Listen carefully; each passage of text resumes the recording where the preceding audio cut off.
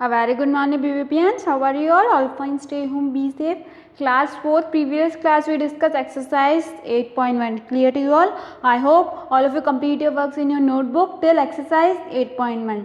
Now, children, today we discuss next topic. See page number 7 and 79. आपको clear हो गया था एक्सरसाइज 8.1 क्लियर. नाउ बच्चों आज हम देखते हैं फ्रैक्शंस में इक्विवेलेंट फ्रैक्शंस क्या होते हैं. क्लास 4 इक्विवेलेंट फ्रैक्शंस क्या होते हैं. See here, fractions that have the same value are called equivalent fractions.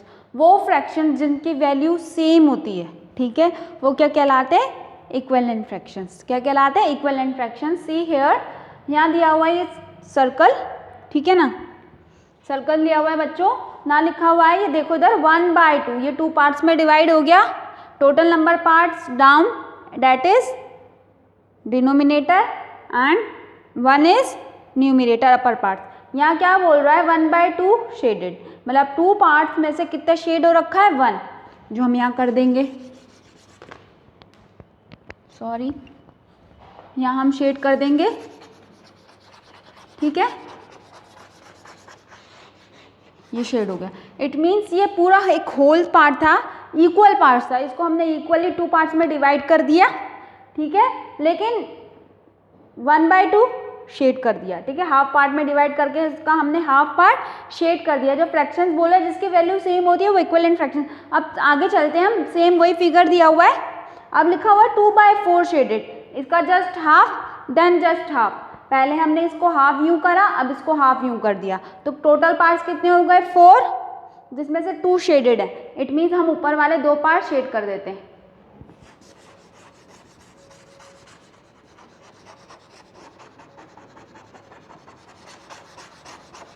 कर दिया हमने शेड, ठीक है, 2/4 हो गया. अब आगे चलते हैं, हमारा न्यू फ्रैक्शन न्यू दिया हुआ है 4/8, मीन्स टोटल कितने पार्ट्स हैं? 8, जिसमें से 4 पार्ट्स शेडेड हो रहे हैं. अब इधर देखो, ये हमने 4 पार्ट शेड कर दिए, 1 2 3 4, हाफ का ही ये 4 पार्ट हमारे शेड हो गए, ठीक है. Now see 4/8. Shaded part of all figures are equal in size. देखो बच्चों, इधर आपको ध्यान से देखना है, जितने भी हमने शेड पार्ट करे हैं, इसमें जैसे हमने हाफ पार्ट शेड किया, इसमें 2 पार्ट शेड किए, इसमें 4 पार्ट शेड किए, ये सब इक्वल साइज के, ठीक है ना, इक्वली साइज हैं. ऐसा नहीं है कि अगर ये पार्ट इधर शेड हो रहा है तो ये हमने इधर शेड कर दिया या फिर हमने इधर शेड कर दिया, सेम इक्वल हो रहा है. तो 1/2, 2/4, 4/8, these fractions are called equivalent fractions. क्या कहलाएंगे? ये इक्वल हैं, ठीक है, एक ही फिगर के इक्वल साइज के शेडेड पार्ट हैं, तो इक्विवेलेंट फ्रैक्शन हो गया. आपको क्लियर हो रहा है इक्विवेलेंट फ्रैक्शन क्या होता है? मतलब फिगर वही था, बस हमने हाफ करते गए, half, just half, just half, ठीक है. तो ये क्या कहलाएगा बच्चों? इक्विवेलेंट फ्रैक्शन, ठीक है.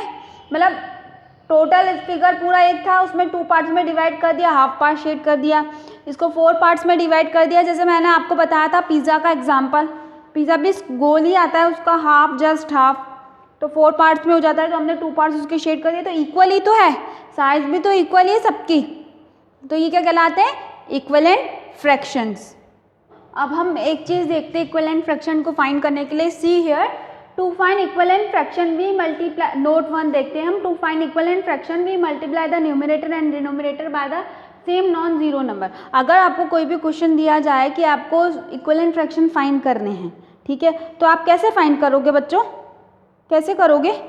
एक एग्जांपल से बताती हूँ. इसमें क्या बोल रहा है? We multiply numerator and denominator by the same non zero number.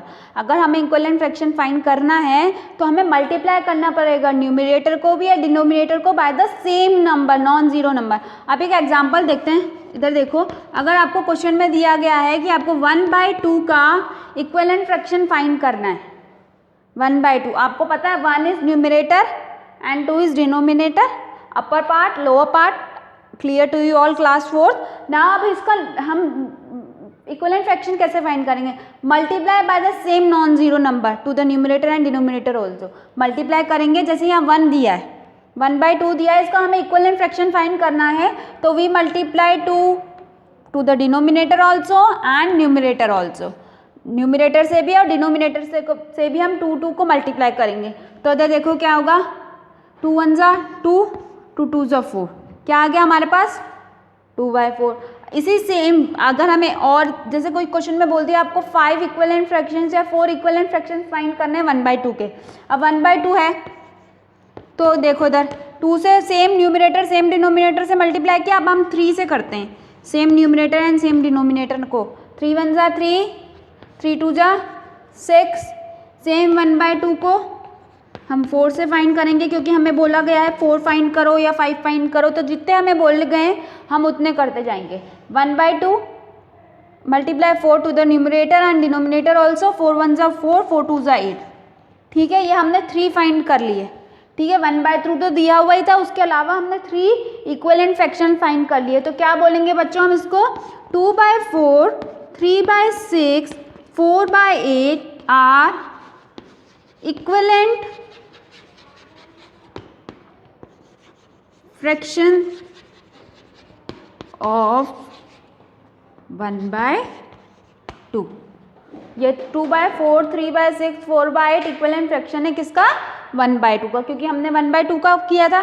क्या बोल रहा है कि हमें मल्टीप्लाई करना है सेम नंबर को न्यूमिनेटर से भी और डिनोमिनेटर से भी, तो हमारा इक्विवेलेंट फ्रैक्शंस फाइंड होते जाएंगे। अगर ये तो अभी हमने 3 करें, आप आगे भी कर सकते हो 5 से 6 से, आपको यहाँ कंफ्यूज होने की ज़रूरत नहीं है। ये 1/2 को हमने 1 से क्यों नहीं मल्टीप्लाई किया, अगर हम 1/2 को 1 से भी मल्टीप्लाई कर देंगे तो हमारे पास क्या आएगा, 1/2 ही आएगा। इसीलिए हमको 2 से स्टार्ट करना है। ठीक है, किससे स्टार्ट करना है, 2 से। अब हमने नोट 1 देखा है बच्चों, अब हम नोट 2 देखते हैं। If we divide the numerator and denominator of the fraction by the same non-zero number, the value of the fraction does not change। अगर हमें इक्विवेलेंट फ्रैक्शन फाइंड करना है था तो हमने मल्टीप्लाई किया bye the same number of denominator and numerator also. अब जब हमें डिवाइड करना है, फ्रैक्शन फाइंड करना है, तो जब हम डिवाइड करेंगे तो जो वैल्यू होती है फ्रैक्शन की वो कभी चेंज नहीं होगी। समझ आ रही है आपको, कैसे होगा, देखो इधर आपको बोला गया है 1/2। ठीक है, इसको अगर हम सेम 1 से डिवाइड करेंगे ना तो हमारे पास क्या आएगा, 1 1 जा 1, 2 डिवाइडेड 1 2, सेम डिजिट। ठीक है, अगर आपको दिया है 2/4, इसको हम 2 से, क्योंकि फ्रैक्शन 2 से डिवाइड करेंगे ऊपर को भी और नीचे को भी, तो देखना क्या आएगा, 2 की टेबल में 2 कितने टाइम्स आता है, 1 टाइम्स। 2 की टेबल में 4 कितने टाइम्स आता है, 2 टाइम्स। ठीक है, अब 3/6 है, इसको हम सेम 3 से डिवाइड करेंगे। 3 1 जा 3 की टेबल में 3 कितने टाइम्स आता है, 1 टाइम्स। 3 की टेबल में 6 कितने टाइम्स आता है, 2 टाइम्स। तो आपको क्लियर हो रहा है, जब हमने मल्टीप्लाई किया था 1/2 के फ्रैक्शंस को फाइंड आउट करने के लिए, 1/2 को 2 से मल्टीप्लाई किया था, हमारे पास क्या आया था, 2/4। और अगर 1/2 को हमने 3 से ही मल्टीप्लाई किया था numerator and denominator side, we find 3/6। तो अगर इसको हम डिवाइड करेंगे और फ्रैक्शन फाइंड करेंगे तो इनकी वैल्यू कभी चेंज नहीं होगी, सेम ही आएगी। आपको ये कॉन्सेप्ट क्लियर हो रहा है, क्लास 4 क्लियर हो रहा है,